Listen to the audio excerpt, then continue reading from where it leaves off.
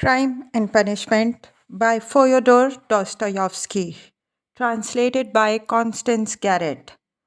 That was what I was speaking of exactly, Pyotr Petrovich. Donya interrupted with some impatience. Please understand that our whole future depends now on whether all this is explained and set right as soon as possible. I tell you frankly at the start that I cannot look at it in any other light. And if you have the least regard for me, all this business must be ended today, however hard that may be. I repeat that if my brother is to blame, he will ask your forgiveness. I'm surprised at your putting the question like that, said Lucian, getting more and more irritated. Esteeming and so to say adoring you, I may at the same time very well indeed be able to dislike some member of your family.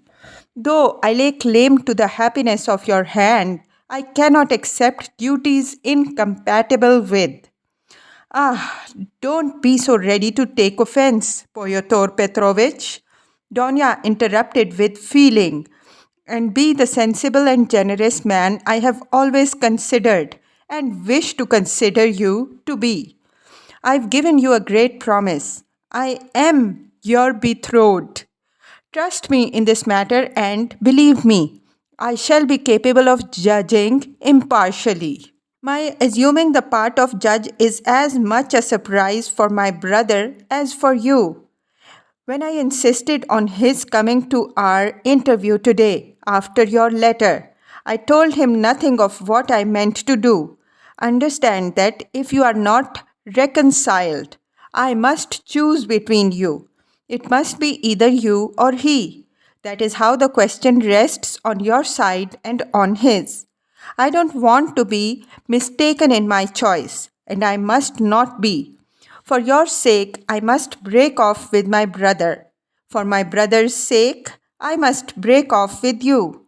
I can find out for certain now whether he is a brother to me, and I want to know it.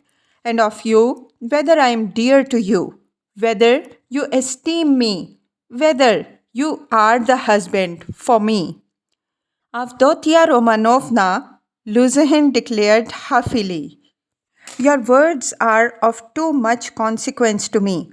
I will say more, they are offensive in view of the position I have the honor to occupy in relation to you. To say nothing of your strange and offensive setting me on a level with an impertinent boy, you admit the possibility of breaking your promise to me. You say you or he, showing thereby of how little consequence I am in your eyes. I cannot let this pass considering the relationship and the obligations existing between us. What? Cried Donya, flushing.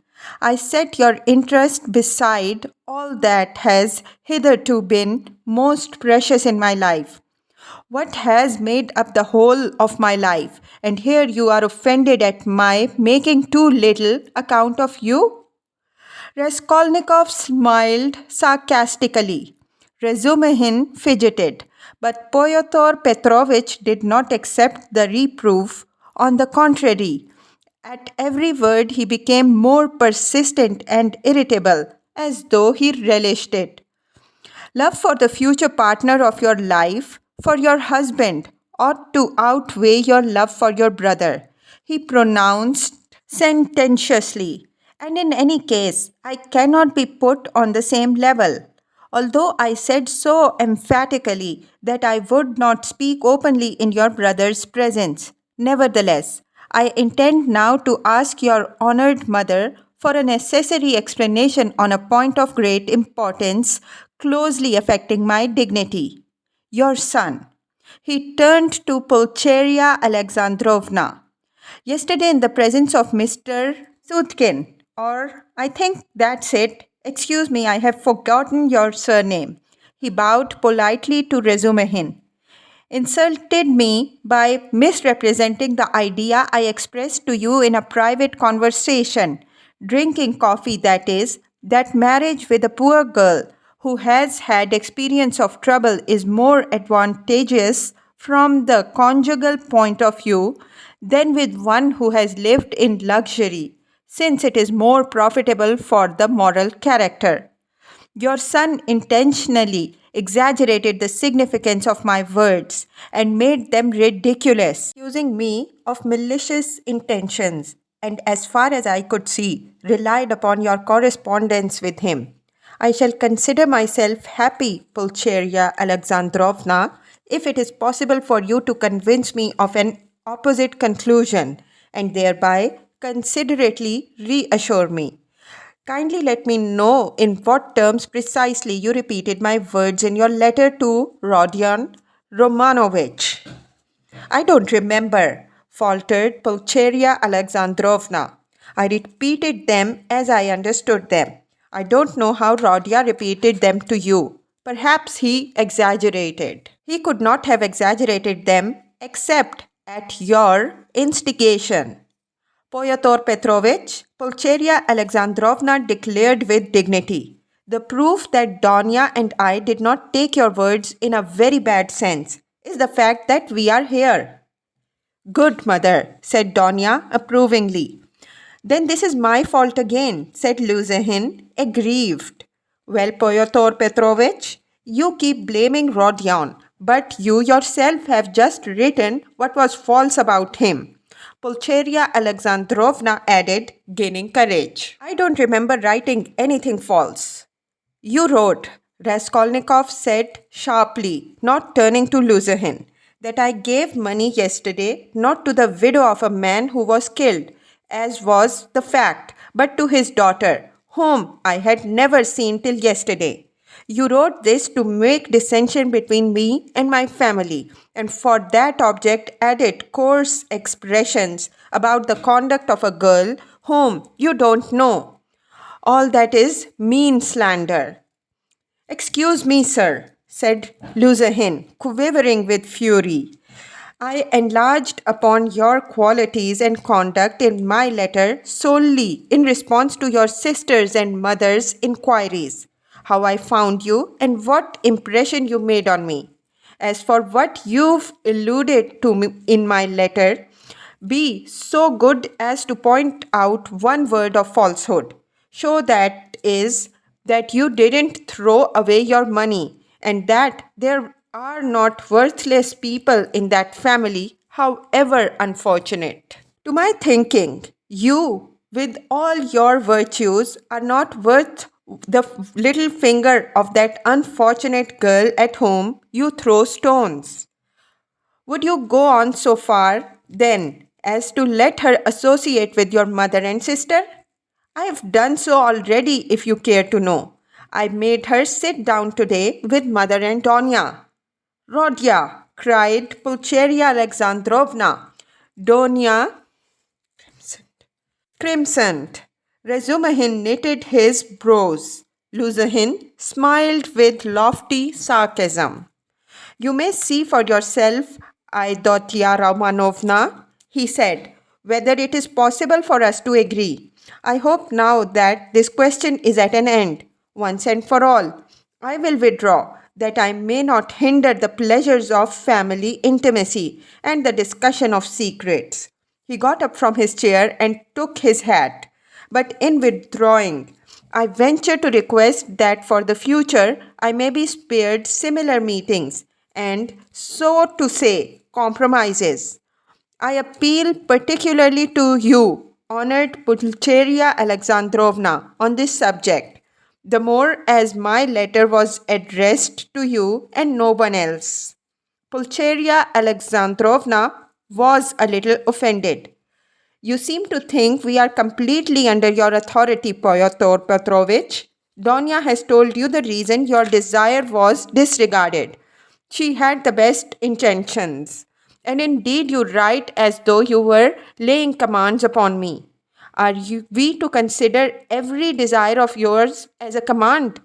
Let me tell you, on the contrary, that you ought to show particular delicacy and consideration for us now, because we have thrown up everything and have come here relying on you, and so we are, in any case, in a sense, in your hands.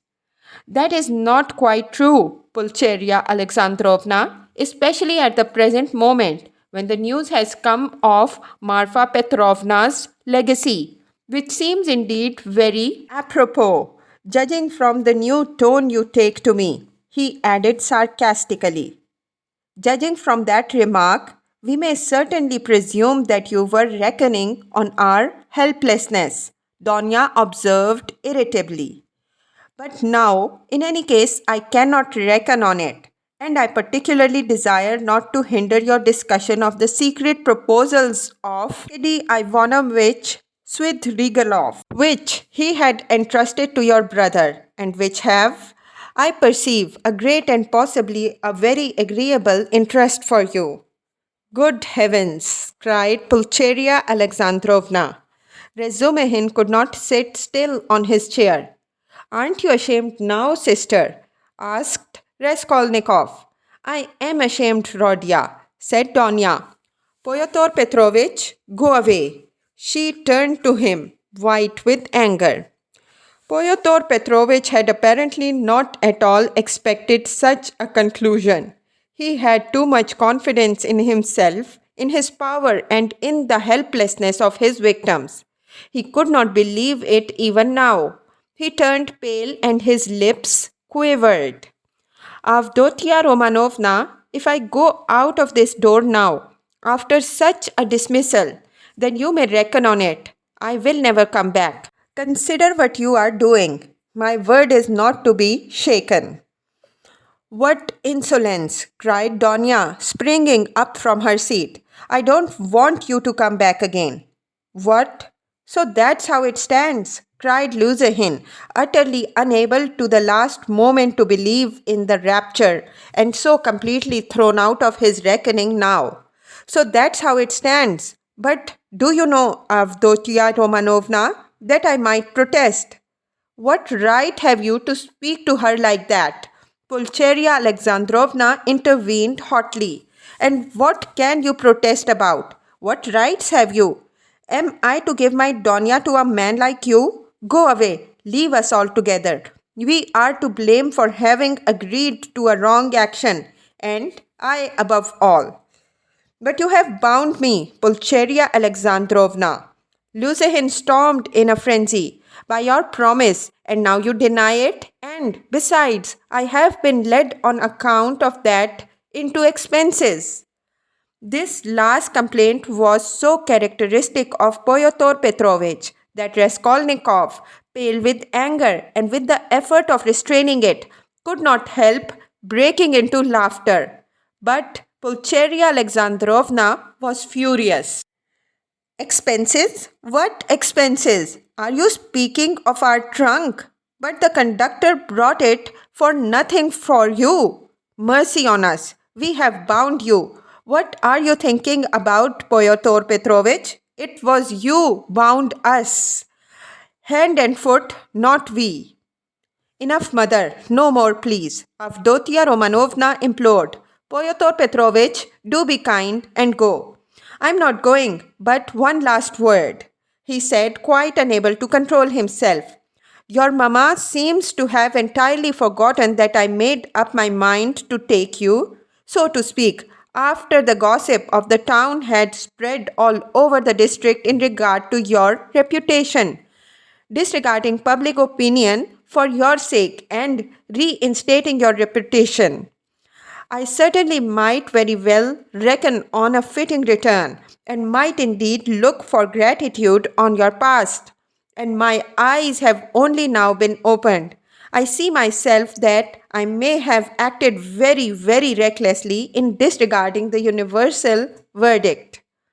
Does the fellow want his head smashed? Cried Razumihin, jumping up. You are a mean and spiteful man, cried Donya. Not a word, not a movement, cried Raskolnikov, holding Razumihin back, then going close up to Luzahin. Kindly leave the room, he said quietly and distinctly, and not a word more or. Pyotr Petrovich gazed at him for some seconds with a pale face that worked with anger. Then he turned. went out, and rarely has any man carried away in his heart such vindictive hatred as he felt against Raskolnikov. Him and him alone he blamed for everything. It is noteworthy that as he went downstairs, he still imagined that his case was perhaps not utterly lost, and that, so far as the ladies were concerned, all might very well indeed be set right again. Chapter 3. The fact was that up to the last moment he had never expected such an ending. He had been overbearing to the last degree, never dreaming that two destitute and defenseless women could escape his control. This conviction was strengthened by his vanity and conceit, a conceit to the point of fatuity. Pyotr Petrovich, who had made his way up from insignificance, was morbidly given to self admiration, had the highest opinion of his intelligence and capacities, and sometimes even gloated in solitude over his image in the glass. But what he loved and valued above all was the money he had amassed by his labor and by all sorts of devices. That money made him the equal of all who had been his superiors. When he had bitterly reminded Donya that he had decided to take her in spite of evil report, Pyotr Petrovich had spoken with perfect sincerity and had indeed felt genuinely indignant at such blank ingratitude. And yet, when he made Donya his offer, he was fully aware of the groundlessness of all the gossip. The story had been everywhere contradicted by Marfa Petrovna and was by then disbelieved by all of town's people, who were warm in Donya's defense. And he would not have denied that he knew all that at the time. Yet he still thought highly of his own resolution in lifting Donya to his level and regarded it as something heroic. In speaking of it to Donya, he had let out the secret feeling he cherished and admired, and he could not understand that others should fail to admire it too. He had called on Raskolnikov with the feelings of a benefactor who is about to reap the fruits of his good deeds and to hear agreeable flattery. And as he went downstairs now, he considered himself most undeservedly injured and unrecognized. Donya was simply essential to him. To do without her was unthinkable. For many years he had had voluptuous dreams of marriage, but he had gone on waiting and amassing money. He brooded with relish in profound secret over the image of a girl. Virtuous, poor, she must be poor. Very young, very pretty, of good birth and education. Very timid, one who had suffered much and was completely humbled before him. One who would all her life look on him as her savior, worship him, admire him, and only him. How many scenes, how many amorous episodes he had imagined on this seductive and playful theme when his work was over. And behold, the dream of so many years was all but realized. The beauty and education of Avdotia Romanovna had impressed him. Her helpless position had been a great allurement. In her, he found even more than he had dreamed of. Here was a girl of pride, character, virtue, of education and breeding, superior of his own. He felt that. And this creature would be slavishly grateful all her life for his heroic condescension, and would humble herself in the dust before him, and he would have absolute, unbounded power over her. Not long before, he had, too, after long reflection and hesitation, made an important change in his career and was now entering on a wider circle of business. With this change, his cherished dreams of rising into a higher class of society seemed likely to be realized.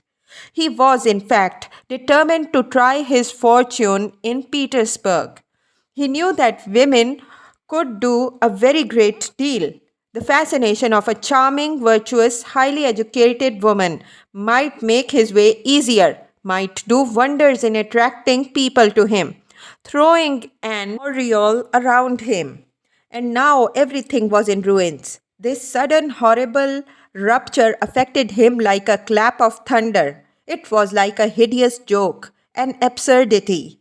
He had only been a tiny bit masterful, had not even time to speak out, had simply made a joke, been carried away, and it had ended so seriously. And of course, too, he did love Donya in his own way. He already possessed her in his dreams, and all at once, no. The next day, the very next day, it must all be set right, smoothed over, settled. Above all, he must crush that conceited milksop who was the cause of it all. With a sick feeling, he could not help recalling Razumihin too, but he soon reassured himself on that score, as though a fellow like that could be put on a level with him. The man he really dreaded in earnest was Svidrigailov. He had, in short, a great deal to attend to. No, I am more to blame than anyone, said Donya, kissing and embracing her mother. I was tempted by his money, but on my honor, brother, I had no idea he was such a base man. If I had seen through him before, nothing would have tempted me. Don't blame me, brother. God has delivered us, God has delivered us, Pulcheria Alexandrovna muttered, but half consciously, as though scarcely able to realize what had happened. They were all relieved, and in 5 minutes they were laughing. Only now and then Donya turned white and frowned, remembering what had passed. Pulcheria Alexandrovna was surprised to find that she too was glad. She had only that morning thought rupture with Luzahin a terrible misfortune. Razumihin was delighted. He did not yet dare to express his joy fully, but he was in a fever of excitement as though a ton of weight had fallen off his heart. Now he had the right to devote his life to them, to serve them. Anything might happen now, but he felt afraid to think of further possibilities and dared not let his imagination range. But Raskolnikov sat still in the same place, almost sullen and indifferent, though he had been the most insistent on getting rid of Luzahin. He seemed now the least concerned at what had happened. Donya could not help thinking that he was still angry with her, and Pulcheria Alexandrovna watched him timidly. What did Svidrigailov say to you? Said Donya, approaching him. Yes, yes, cried Pulcheria Alexandrovna. Raskolnikov raised his head. He wants to make you a present of 10,000 rubles and he desires to see you once in my presence. See her? On no account, cried Pulcheria Alexandrovna. And how dare he offer her money? Then Raskolnikov repeated, rather dryly, his conversation with Svidrigailov, omitting his account of the ghostly visitations of Marfa Petrovna, wishing to avoid all unnecessary talk. What answer did you give him? Asked Donya. At first I said I would not take any message to you. Then he said that he would do his utmost to obtain an interview with you without my help. He assured me that his passion for you was a passing infatuation. Now he has no feeling for you. He doesn't want you to marry Luzahin. His talk was altogether rather muddled. How do you explain him to yourself, Rodya? How did he strike you? I must confess I don't quite understand him. He offers you 10,000 and yet says he is not well off. He says he is going away and in 10 minutes he forgets he has said it. Then he says he is going to be married and has already fixed on the girl. No doubt he has a motive and probably a bad one. But it's odd that he should be so clumsy about it. If he had any designs against you, of course I refused this money on your account, once and for all. Altogether, I thought him very strange. One might almost think he was mad, but I may be mistaken. That may only be the part he assumes.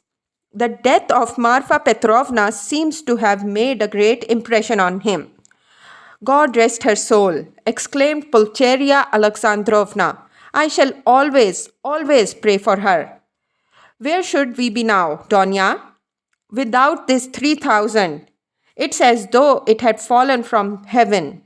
Why, Rodia, this morning we had only 3 rubles in our pocket, and Donya and I were just planning to pawn her watch so as to avoid borrowing from that man until he offered help. Donya seemed strangely impressed by Svidrigalov's offer. She still stood meditating. He has got some terrible plan, she said in a half whisper to herself, almost shuddering. Raskolnikov noticed this disproportionate terror. I fancy I shall have to see him more than once again, he said to Donya. We will watch him. I will track him out, cried Razumihin vigorously. I won't lose sight of him. Rodya has given me leave. He said to me himself just now, take care of my sister. Will you give me leave too, Avdotia Romanovna? Donya smiled and held out her hand, but the look of anxiety did not leave her face. Pulcheria Alexandrovna gazed at her timidly, but the 3,000 rubles had obviously a soothing effect on her. A quarter of an hour later, they were all engaged in a lively conversation. Even Raskolnikov listened attentively for some time, though he did not talk. Razumihin was the speaker. And why? Why should you go away? He flowed on ecstatically. And what are you to do in a little town? The great thing is, you are all here together and you need one another. You do need one another, believe me, for a time anyway. Take me into partnership and I assure you we'll plan a capital enterprise. Listen, I'll explain it all in detail to you, the whole project. It all flashed into my head this morning before anything had happened. I tell you what, I have an uncle. I must introduce him to you. A most accommodating and respectable old man. This uncle has got a capital of 1,000 rubles and he lives on his pension and has no need of that money. For the last 2 years, he has been bothering me to borrow it from him and pay him 6% interest. I know what that means. He simply wants to help me. Last year I had no need of it, but this year I resolved to borrow it as soon as he arrived. Then you lend me another 1,000 of your 3, and we have enough for a start. So we'll go into partnership. And what are we going to do? Then Razumihin began to unfold his project, and he explained at length that almost all our publishers and booksellers know nothing at all of what they are selling, and for that reason they are usually bad publishers, and that any decent publication pay as a rule and give a profit, sometimes a considerable one. Razumihin had, indeed, been dreaming of setting up as a publisher. For the last 2 years, he had been working in publishers' offices and knew 3 European languages well, though he had told Raskolnikov 6 days before that he was Schwach in German, with an object of persuading him to take half his translation and half the payment for it. He had told a lie then, and Raskolnikov knew he was lying. Why? Why should we let our chance slip when we have one of the chief means of success, money of our own? Cried Razumihin warmly. Of course, there will be a lot of work, but we will work. You, Avdotia Romanovna, I, Rodion, you get a splendid profit on some books nowadays. And the great point of the business is that we shall know just what wants translating, and we shall be translating, publishing, learning all at once. I can be of use because I have experience. For nearly 2 years, I've been scuttling about among publishers, and now I know every detail of their business. You need not be a saint to make pots, believe me. And why? Why should we let our chance slip? Why? I know, and I kept the secret 2 or 3 books which one might get 100 rubles simply for thinking of translating and publishing. Indeed, and I would not take 500 for the very idea of one of them. And what do you think? If I were to tell a publisher, I dare say he'd hesitate. They are such blockheads. And as for the business side, printing, paper selling, you trust me. I know my way about. We will begin in a small way and go on to a large. In any case, it will get us our living and we shall get back our capital. Donya's eyes shone. I like what you are saying, Dmitri Prokofich, she said. I know nothing about it, of course, put in Pulcheria Alexandrovna. It may be a good idea, but again, God knows. It's new and untried. Of course, we must remain here, at least for a time. She looked at Rodya. What do you think, brother? I think he's got a very good idea, he answered. Of course, it's too soon to dream of publishing firm, but we certainly might bring out 5 or 6 books and be sure of success. I know one book myself which would be sure to go well, and as for his being able to manage it, there's no doubt about that either. He knows the business, but we can talk it over later. Hurrah! Cried Razumahin. Now, stay, there's a flat here in this house belonging to the same owner. It's a special flat apart, not communicating with these lodgings. It's furnished, rent moderate, 3 rooms. Suppose you take them to begin with. I'll pawn your watch tomorrow and bring you the money, and everything can be arranged then. You can all 3 live together, and Rodya will be with you. But where are you off to, Rodya? What, Rodya? You are going already, Pulcheria Alexandrovna asked in dismay. At such a minute, cried Razumihin. Donya looked at her brother with incredulous wonder. He held his cap in his hand. He was preparing to leave them.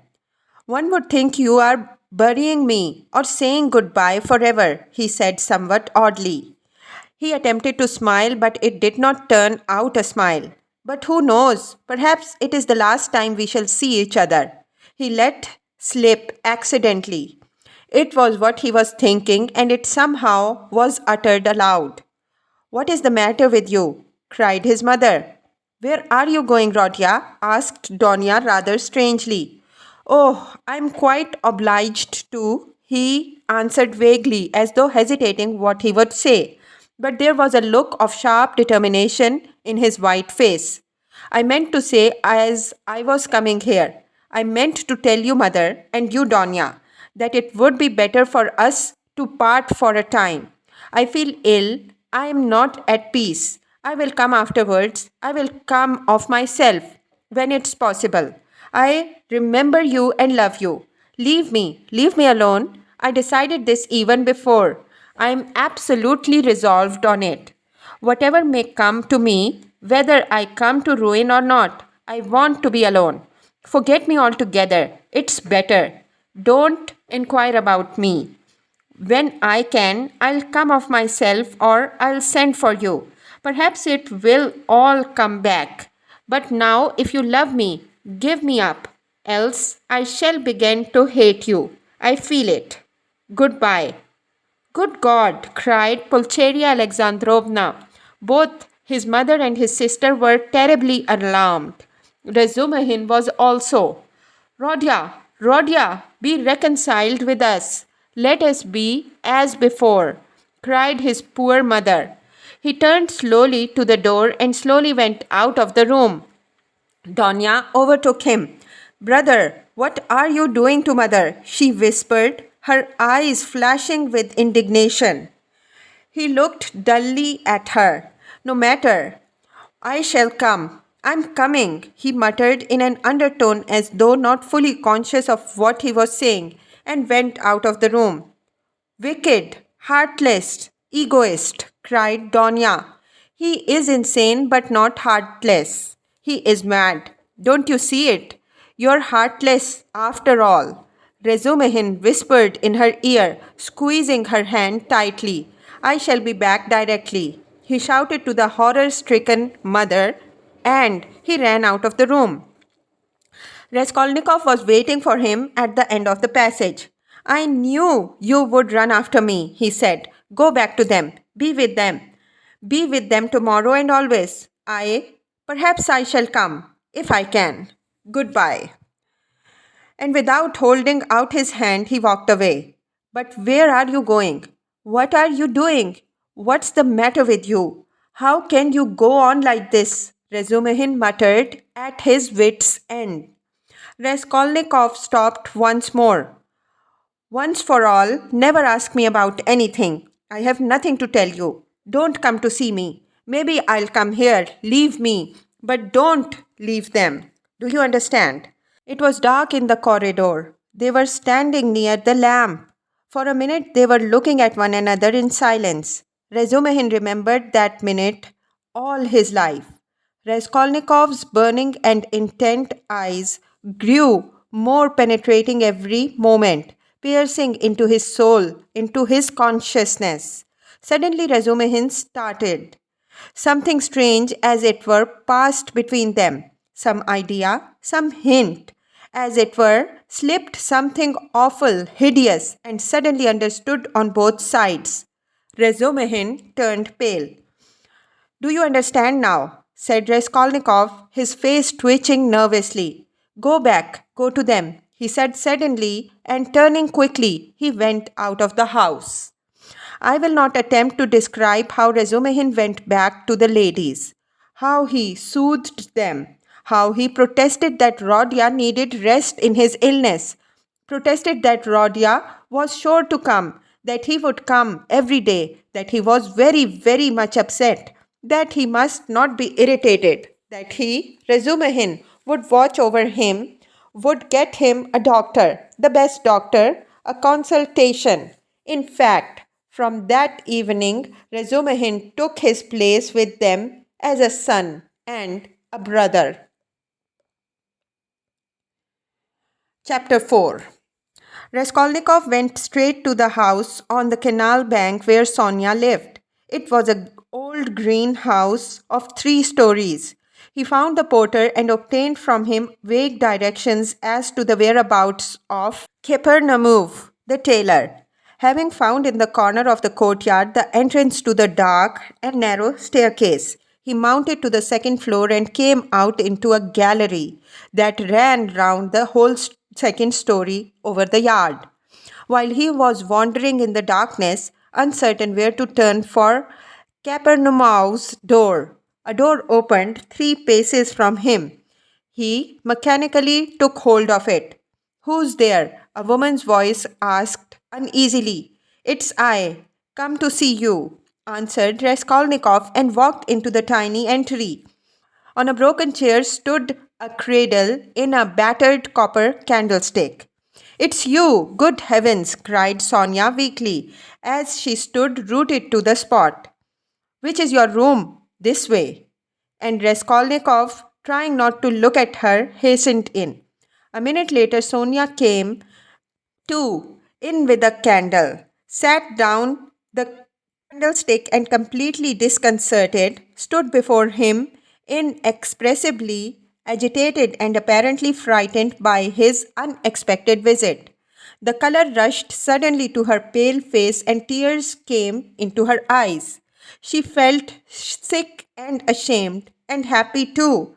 Raskolnikov turned away quickly and sat on a chair by the table. He scanned the room in a rapid glance. It was a large but exceedingly low pitched room, the only one let by the Namovs, to whose rooms a closed door led in the wall on the left. In the opposite side, on the right hand wall, was another door, always kept locked. That led to the next flat, which formed a separate lodging. Sonia's room looked like a barn. It was a very irregular quadrangle and this gave it a grotesque appearance. A wall with three windows looking out onto the canal, aslant to the corner, formed at a very acute angle, and it was difficult to see it in without very strong light. The other corner was disproportionately obtuse. There was scarcely any furniture in the big room. In the corner on the right was a bedstead. Besides it, nearest to the door, a chair. A plain deal table covered by a blue cloth stood against the same wall, close to the door to the other flat. Two rush bottom chairs stood by the table.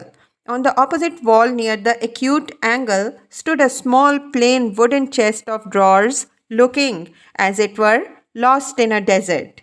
That was all there was in the room. The yellow, scratched, and shabby wallpaper was black in the corners. It must have been damp and full of fumes in the winter. There was every sign of poverty. Even the bedstead had no curtain.